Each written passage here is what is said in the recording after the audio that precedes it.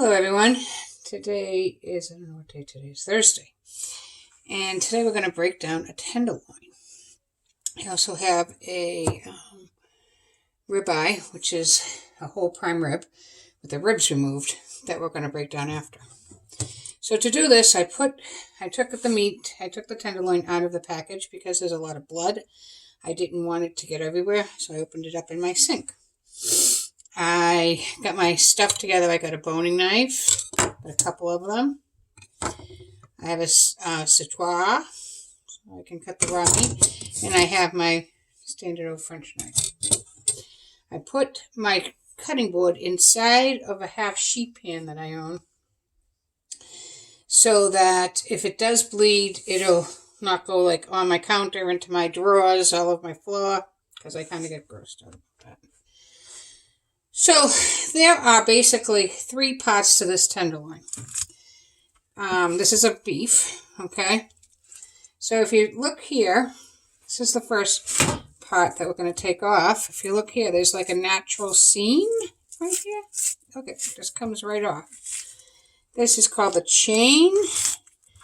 And if you just keep working it down with your fingers, the chain will come off. The chain is a good piece of meat. We'll use it for tips, or we'll use it, depending on how big it is. You can also use it as a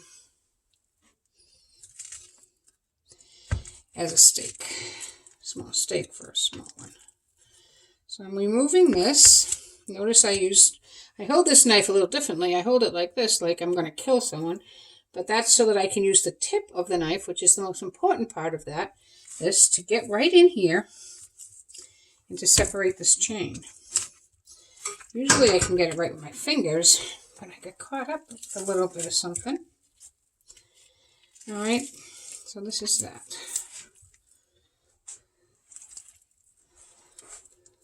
See, you can see it right here. You can even see where it's getting stuck. So that's called the chain. I can clean that up. There's some good meat there. Use it as tips usually. Okay. The next part that comes off, because this middle piece is what I want, is the tenderloin part, is right here. And you can see somebody cut into it because it separates here.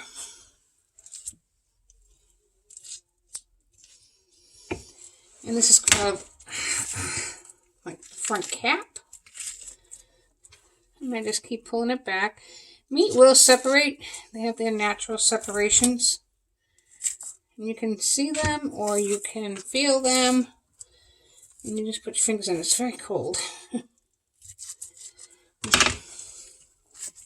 I could wear gloves. I should probably wear gloves because of the pandemic. But I'm only me by myself. And the other part to that is all this meat's going to be cooked. I'm not going to not cook it. So eat it raw. Okay.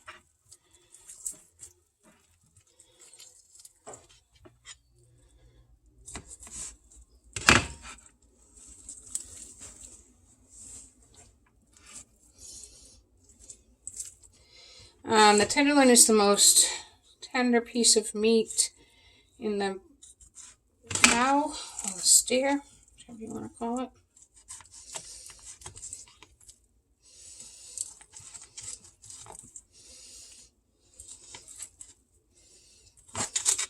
That is coming off. It's giving me a little bit of trouble because there's a lot of fat there. Which there usually isn't. There we go.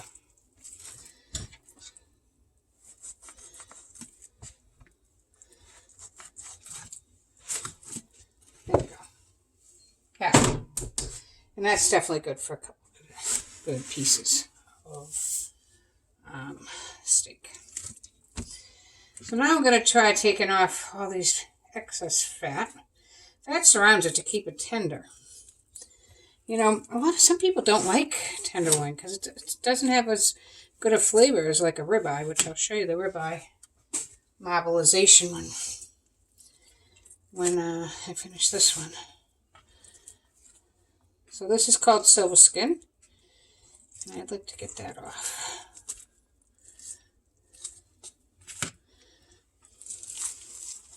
At least most of it. Still working on it.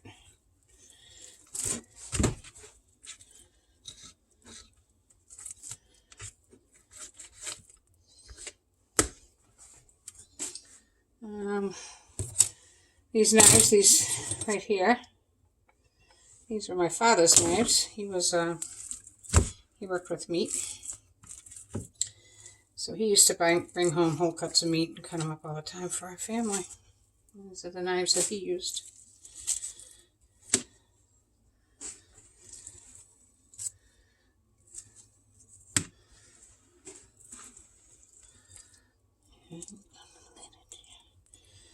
So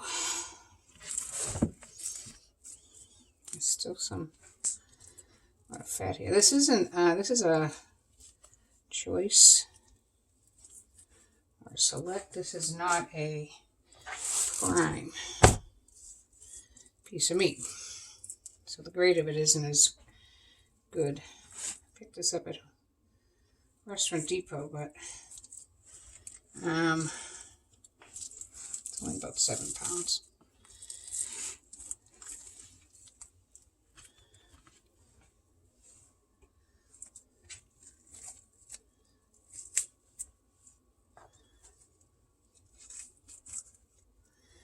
I hope that you guys are all safe at home,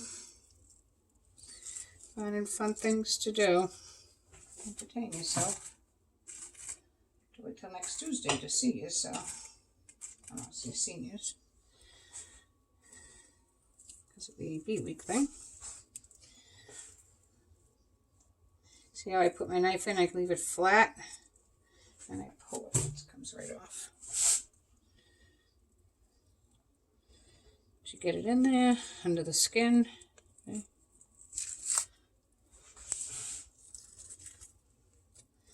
This is the worst part of this.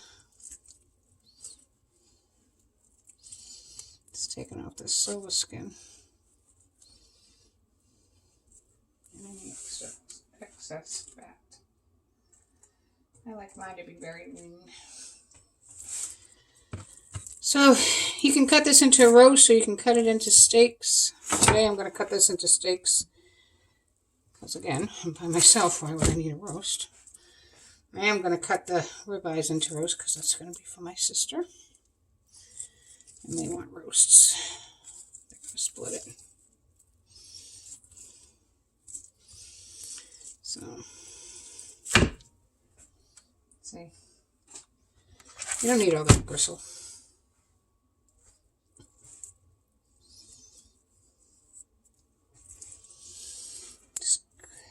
Cutting off the fat. And you don't need excess fat either. So the next thing I'm going to do is see, it's wide in the center and it's thin on the ends. So I'm just going to take my knife and I'm just going to even it off a little bit because I know I'm going to make tips over there. Look at, see the marbleization in that. There's not very much. It's just like one major thing. And this silver skin needs to come off. So I'm going to make tips out of that. I might as well put that with it. And I'll do a little bit on this end because these are too thin for a steak. Okay, great meat, tenderloin tips. So now I have my tenderloin. And I'm just going to cut it into the size steaks I want it. Cut down, and I shape them. One, that's pretty big.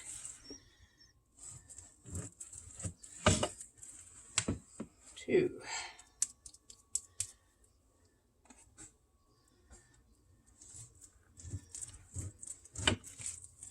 Three.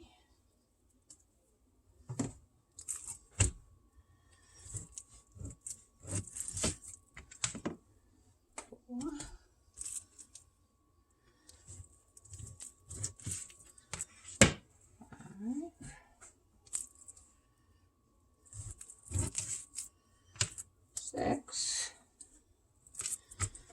This lone one's a pretty big one. I'm just going to cut off a small piece of it.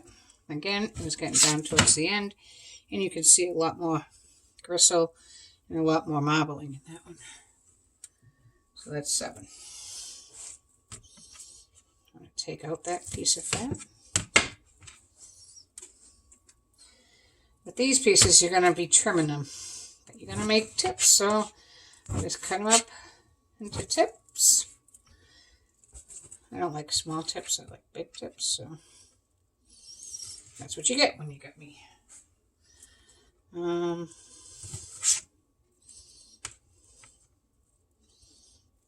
can trim that with a different knife.